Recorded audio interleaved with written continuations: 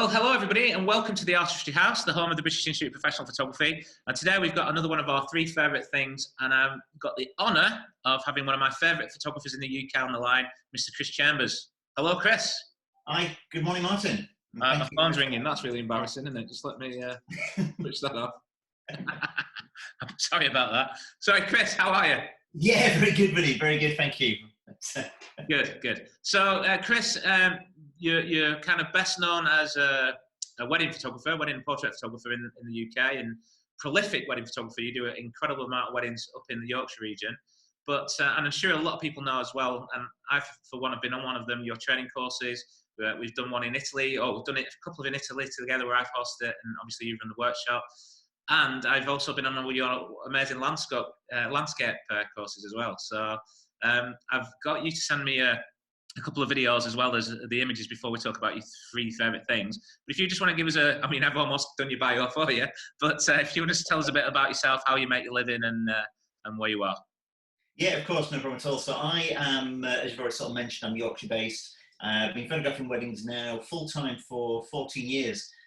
Came from a retail background initially and built my business up in a very, very short space of time. It was either very fortunate in terms of the timing or just very astute at business, and I think we'll go for the former, because I built the business up within 8 months and was able to go full-time in a very short space of time. I peaked one year at just under 100 weddings, and I've seen since, and I now shoot around about 50-60 weddings per year. But I also now host and run a number of training courses, weddings and landscape photography business courses as well. So that keeps me busy when I'm not shooting weddings. Yeah, as I said, you are one of the busiest photographers I know, and the landscape stuff. I watched your webcast the other night.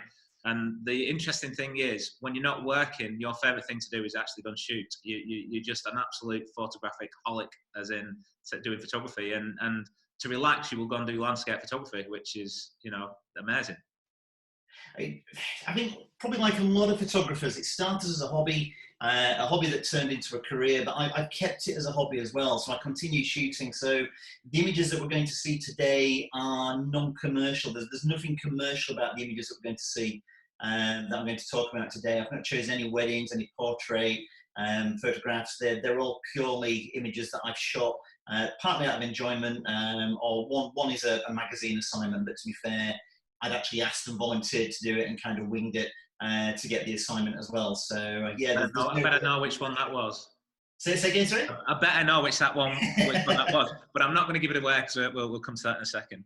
That's brilliant, Chris. Yeah. So I think what we'll do is, you've sent me a couple of videos, and actually another thing that you've started doing as part of your landscape is you've got your PFCO license, your drone pilot license. So there's some drone stuff in it, which is amazing stuff as well. And I know Luke, who did some of the training for us at the BIPP last year, it was actually an introduction through yourself in Italy when which we got him then to come and do some training for us with our members. So I'm just going to play the video, and we'll talk about it just after it, if that's okay, Chris.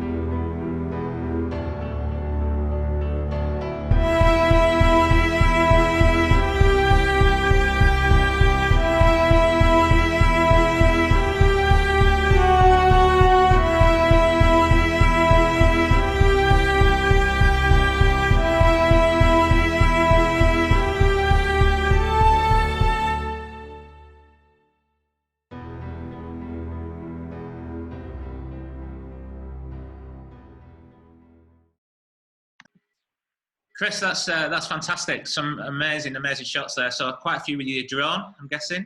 Well, obviously, out of the water.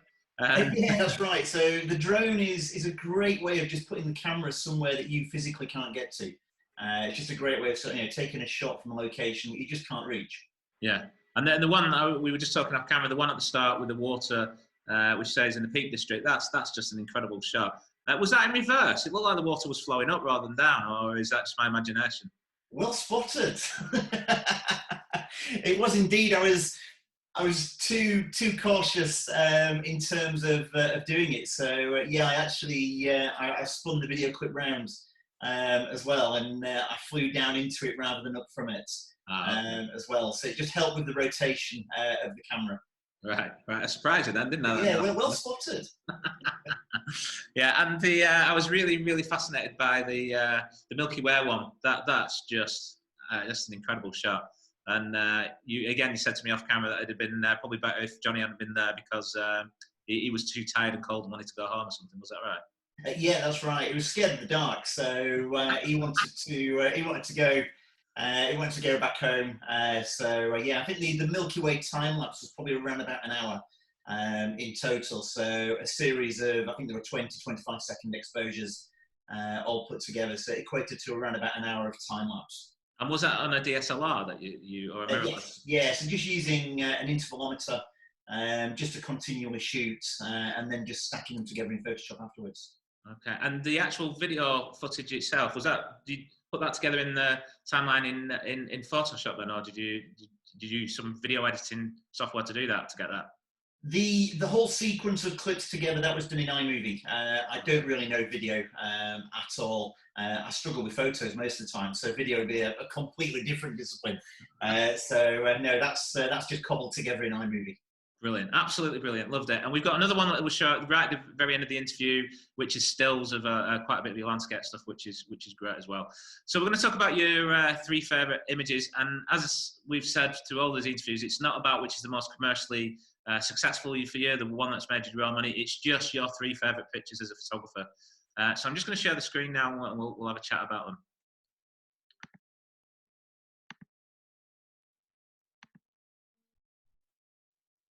Just give me a sec. There we go. I know this place, I believe, but well, I know for two reasons. First of all, I recognise it, and secondly, I heard you talk about this on one of your training courses the other night. Okay, so yeah, this was the image that made me realise that I actually enjoyed landscapes. So I'd always said that I didn't have the patience to be a landscape photographer. My hobby was photographing aeroplanes. It was quite a geeky hobby with a group of geeky friends. Going out, we'd actually go to the Lake District, we'd go to Wales, and we'd climb mountains and then photograph the jets as they were flying below us. So we'd spend the day sitting around in great scenery, but not take landscapes. I always decided that I didn't have the patience to be a landscape photographer, yet I'd spend all day sitting waiting for an aeroplane to fly down a valley. And this came about by chance. It was actually, it was June I think it was 2014. And I was in the lakes for a couple of days doing something else and had the opportunity to do a bit of landscape photography. And mid-afternoon in June isn't really the ideal time. Landscape photographers will tell you that's not the best time to go out and take pictures. But it was the time that I had. So I went out to this location. It was probably around about an hour's climb to reach it. And I was determined to do it, determined to go. So I arrived, there wasn't a soul around. And I literally spent about 3 hours just sitting in the grass, just watching the light change, taking shots from different positions, and absolutely loved it. And it kind of spurred me on to pursue landscape photography in a lot more detail, shall we say, and go off and do much more landscape work as well. And the talking about your training courses, I mean, yes, the landscape, as I say, I've done one and it was fantastic up at Glencoe. But just to say, and a bit of an advert really, but you also do obviously wedding training ones as well, off-camera flash ones. I can't remember what's the correct word for shit venue one. It was called, wasn't it? That's the one, yep. But you actually take. I'm sure that the venue don't know you actually call it that, but you actually take people to a venue that's not the best, but quite often what a photographer will have to kind of deal with, and you come out with some of the most creative stuff ever. And just prove that you can shoot anywhere. Yeah, so a lot of the workshops, a lot of the flash, a lot of the wedding workshops, we use castles, we use stately homes, and photographers were saying, I don't get these kind of weddings; these aren't real. So I went polar opposite, and I chose somewhere not too far from home, conveniently. But yeah, called it the shit venue, and it's a sellout all the time. People love it. The venue, have no idea. In fact, to be fair, Martin, the venue is so shit that it's actually now shut down. I went to book just before lockdown. I was planning on running a workshop around about this time of year, and I popped into to book, and it actually shut. It's gone out of business, so it just shows how shit it actually was. So you're actually looking for a new venue. So if anybody knows for a new shit venue, yeah, in the Yorkshire area, to give you a bell, yeah. I don't think I'll be struggling. To be fair, I don't think I'll struggle. So yeah, I'm sure I'll be fine. So I'm guessing this is Buttermere, right? It is, yes. Sorry, I never said that. Yeah, this is Buttermere. So I've climbed up, walking back towards Honister, walking back towards the slate mine. So you can access this location from the slate mine or from Buttermere itself as well. So yeah, I've walked up from Buttermere. I say it was about an hour's walk and climb to reach this location. And to be honest, I've walked the Buttermere a few times around the lake, and if you see at the far end of the lake, there's actually a couple of pubs there, isn't there, where place you can park. So, but I've never been up this far before. I kind of come up to the top of the lake, and you can just see the tree line there, and it brings you back round, and then through the woods, and you head back towards the hotel. But it really is a beautiful part of the lakes, and I'm not saying it's quiet, because there's nowhere in the lakes quiet, but it's certainly one of the lakes that doesn't have as many tourists as, say, Windermere or Bo'ness or Derwent or around that area. It's a beautiful park. Absolutely stunning, and yeah, this location, like you say, in the Lake District in the summer, everywhere you go, there are hundreds of people, but this was just completely secluded. There wasn't a soul around. It was great. Yeah, and this spurred you on to do your landscape. Amazing. Yes, yeah. So going away, creating this, and just realizing that I actually enjoyed doing it. Yeah, brilliant. Love it. Okay. Oh, sorry. Now that's pretty cool, isn't it? This had to be the magazine job, right? That got you a chance of getting a fighter jet. Yeah, that's right. So this was a job for a magazine. As I talked about earlier, it was a hobby. Photographed aeroplanes, photographed low level and low flying for many years, and became very well known for the low level work that I was doing. And I used to supply magazines, and occasionally I had media accreditation with them, and I'd be asked to go off and write an article or go off and do a shoot. So I had quite a few rides in air refueling tankers over the years, where you'd go up in the tanker, head out over the North Sea and spend sort of 4 hours just flying around in circles with jets coming and joining and taking fuel, so you get the opportunity to photograph the jets alongside. But then also the opportunity occasionally to get rides in jets. This one's actually a turboprop, this one's a trainer as well, but a great opportunity just to go up and do something. So it's sort of the ultimate selfie as well, really. I have to say, I haven't ever seen a better selfie than that. And you can't see me either, so even better. I'm very jealous, Mr. Chambers. That's incredible. So tell us about this experience then. Is it a bumpy ride? Did you forget sick, or was it just an incredible experience? Okay, I don't know if I've actually shared this with you, but I've got a feeling after that question that I may have done. So this was one of a multiple number of flights for the article. So on this particular flight, I think there's just two of us. You can see there's another aircraft in the visor reflection as well. Yeah. So we're holding formation with another aircraft to photograph. But I'd taken several flights, and on the last flight, we were holding position, we were holding formation. I was then shooting back over my shoulder. So I've got my oxygen mask is loose, it's hanging unfastened. The visor's up all the way as well, so I can obviously use the camera. And I'm crouched round over my shoulder, so I've loosened the straps on the ejector seat are in the comfortable position, shall we say. So they've been loosened slightly. So I'm twisted around in the seat looking backwards. And when you've got two aircraft in formation, they have to maintain visual with each other as well. And I could see from the rear seat of the aircraft, I could see the second plane. but the second plane slipped in a little bit closer and came underneath the wing, and my pilot, lost visual. So as I'm crouched down photographing it and bent double backwards doing this, he lost visual contact. And the rules are, when you lose visual contact, you have to break formation.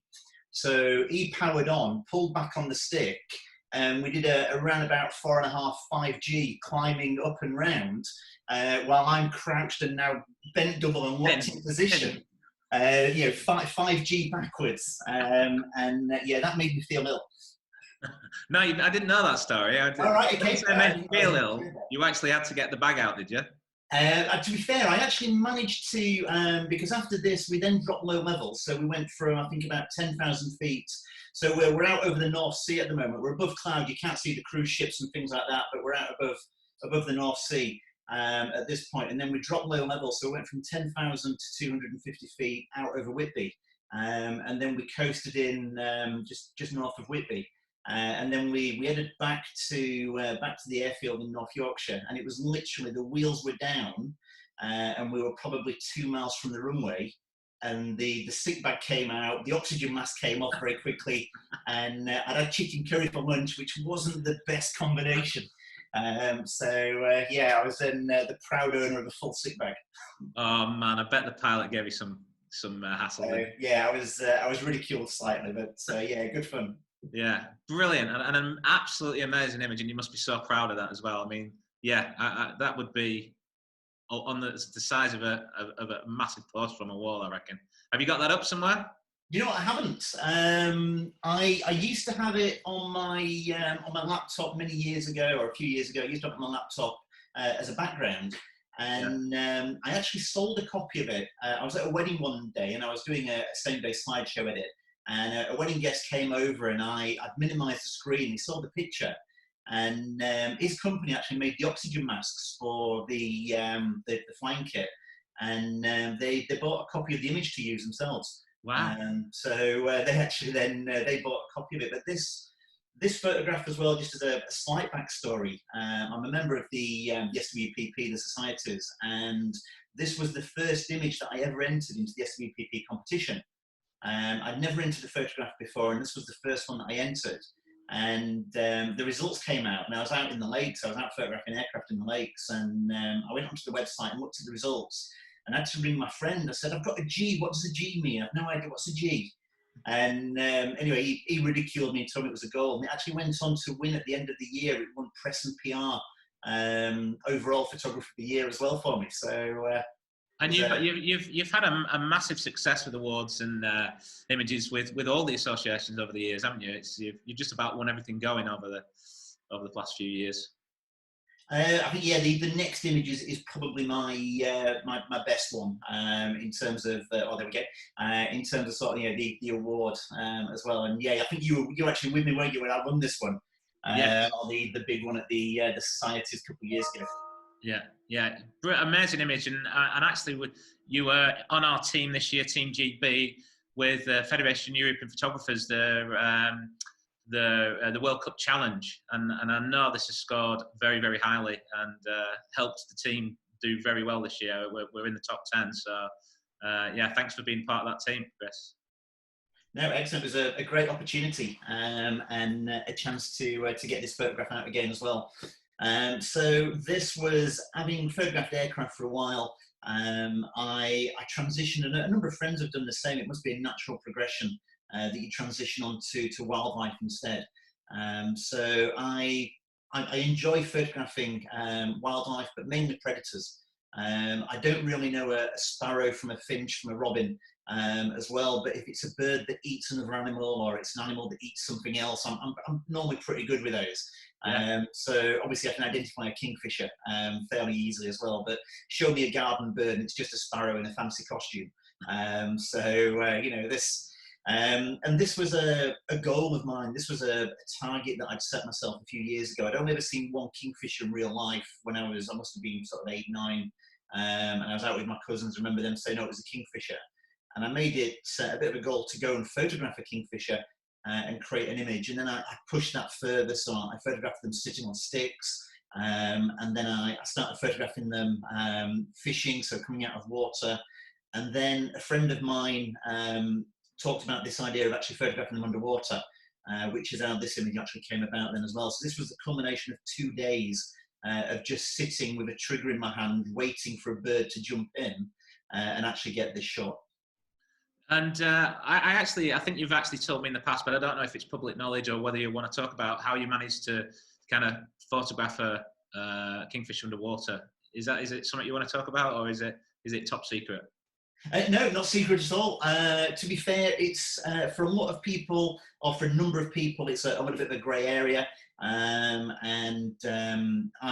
personally don't mind talking about it at all. But essentially, the bird is diving into a tank. So as you can imagine, positioning a camera underwater, in a pond, in a stream, in a river, and then relying on the bird to dive at a certain point to capture obviously that, and to then obviously have a sharp image as well. The depth of field on this photograph is a couple of inches at the most, which is why it took 2 days, even diving into a relatively small but deep tank. It took a couple of days to get the bird in the correct position for the actual photograph itself as well. So it's called baiting, whereby you create a false environment, or an environment for the bird to come and fish, rather than fishing in a stream or a pond. It will fish at the side of the stream or the pond in a tank instead. So some photographers frown upon it. It's a common practice as well. We're using live fish as bait, but the bird is going to fish. The bird is going to hunt somewhere as well. And for me, who doesn't have weeks, months, and years to sit by a stream, to sit by a river for that moment, it's an opportunity to go away and create something like that as well. And to be fair, it's a tank by a river where it fishes anywhere, and you're in a hide, so it's not. You still, although you're increasing your chances, it's still something to get a kingfisher to come to a tank that is by a river with you in a hide. It's you still remote chance of it happening, but yeah. Yeah, definitely. And it's a wild bird. It will still hunt. So you can be sitting in the hide, or you can be sitting, watching the tank, watching the birds, and they're fishing in the pond at the side of you, completely ignoring what is the equivalent of a kingfisher McDonald's right in front of them. They're going out and they're fishing in the pond instead. Yeah, it really is an outstanding shot. It really is.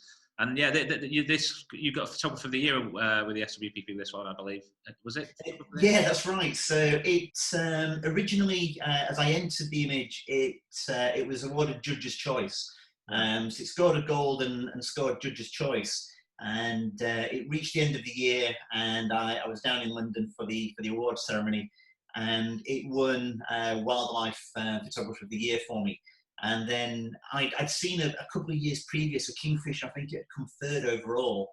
So I'd not mentioned anything to my wife. My wife was sat at the table with me as well. And I've not mentioned anything to my wife. I've not mentioned anything to anybody else on the table. And it came to the top 3 images at the end of the night. So the format used to be that the top 3 were digital. And it came to the top 3, and they announced the 3rd place winner. And it wasn't me. So I was hugely disappointed. I think you came over at this point, and you're over, and we're busy chatting away, and they announced the 2nd place. I kind of not lost interest, but I was more paying attention to you, chatting to you, than I was watching the screen. I apologise for that. And so they announced the 2nd place, and I sort of glanced up and looked, and then carried on talking to you, and then suddenly my name was mentioned. And I remember turning and looking up to the stage, and there was this picture on the screen on the stage, the massive screen on the stage, and it was Juliet waiting for me to go up and collect. And I think I turned to you and Naomi, swore quite profusely in shock, and then obviously went up and collected, Photographer of the Year with the societies. Yeah, brilliant shot. It really is. It's still. I could look at it all day. It's incredible. It really is. Well done. Well done for that. That's brilliant. So we've got your last image now, which is an inspirational image. So you want the? Is that a tornado? I'm not too good with aircraft. Is that a tornado? This is a Harrier. Harrier, sorry. Yeah, this is a. To be fair, unless you know, it's they all look the same, don't they? But no, this is a Harrier. This was taken many years ago now. And this was a magazine cover.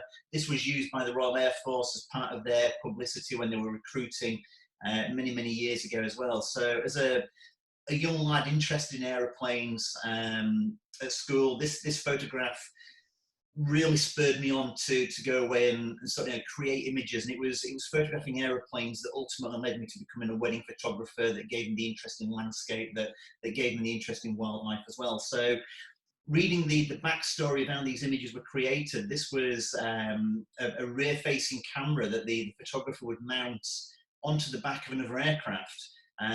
This was before the days where you'd sit with your feet hanging out at the back of a Hercules or something like that. Yeah. It was then basically they'd fly in formation, and it would basically take these photographs blind. You'd preset everything, and then just hope and pray that the image actually worked for him as well. But created a stunning set of images over the years of frontline aircraft like this, the Red Arrows, and various ones as well, where his camera on one point, his camera with the vibrations on takeoff was actually broken.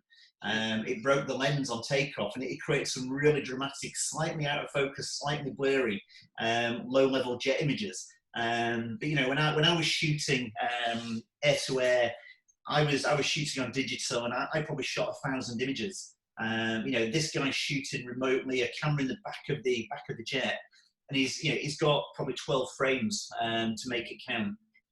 So disciplined, and just a fantastic photograph. And this, when you first saw this, is this something you saw when you were at school, or this is something that spurred you on when you were in your teens to go out? So no, this was a school image. So it all started. I still remember quite vividly sitting in the classroom.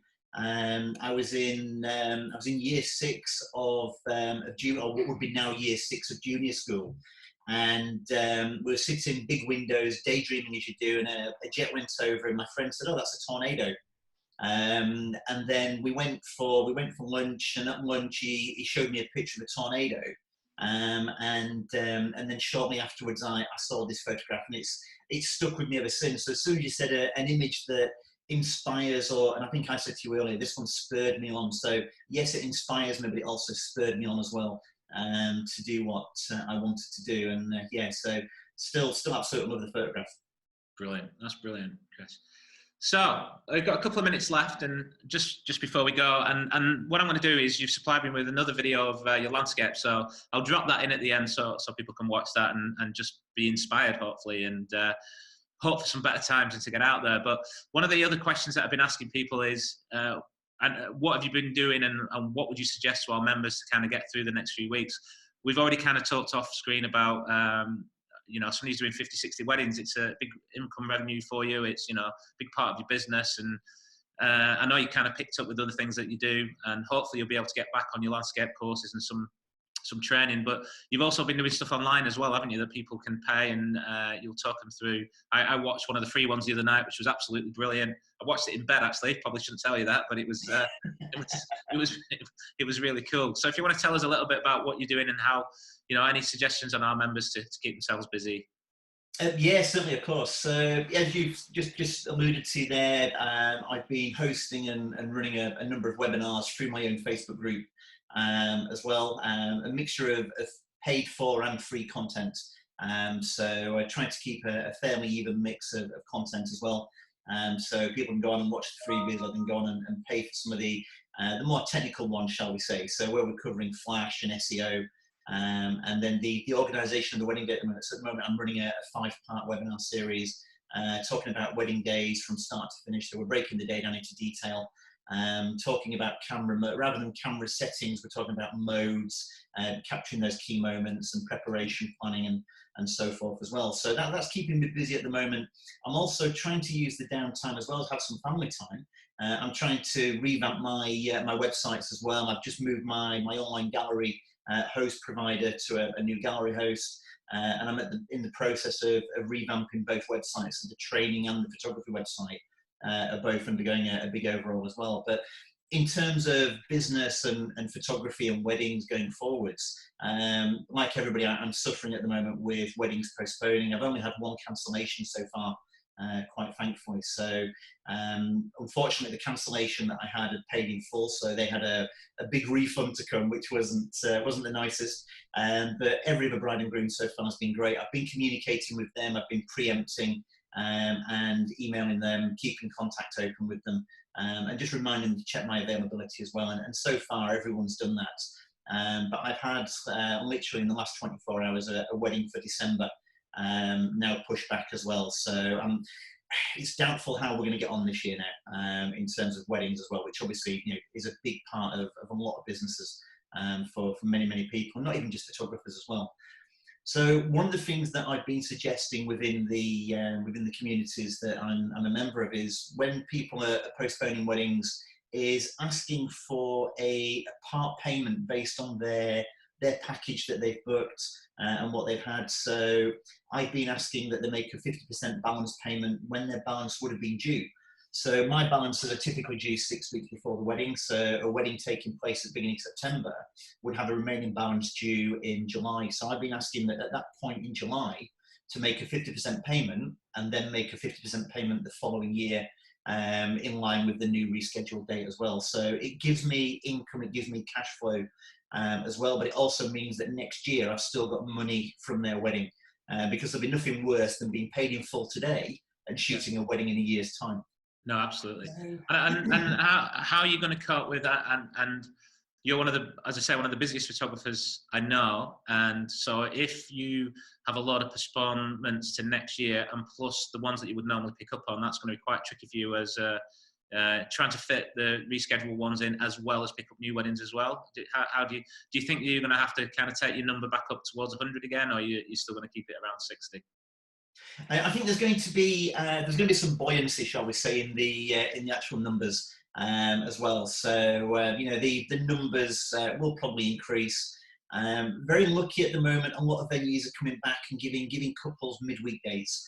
Right. They're not necessarily giving them weekends, not giving them peak dates. Which where I have a peak date still available, I can still put a new couple in there as well, because what we don't want to do really is cap how many weddings we have, shoot a lot of postponements, because we're technically halving our revenue for this year and for next as well if we do that. So we are going to have to take a hit on the workload for next year. So I've already planned out and put in the diary dates for holidays. So we've already marked some time off, and I'm making sure that I don't book weddings on those dates, so that I've still got that time away with the wife, the children.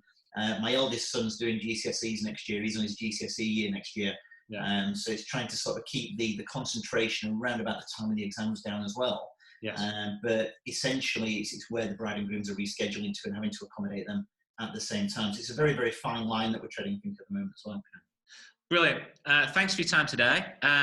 Maybe if somebody wants to come on one of your workshops or to book or look at some of this, where's the best place to go? Is it your website or your Facebook page to kind of pick up on it? Thanks for the plug. That's superb.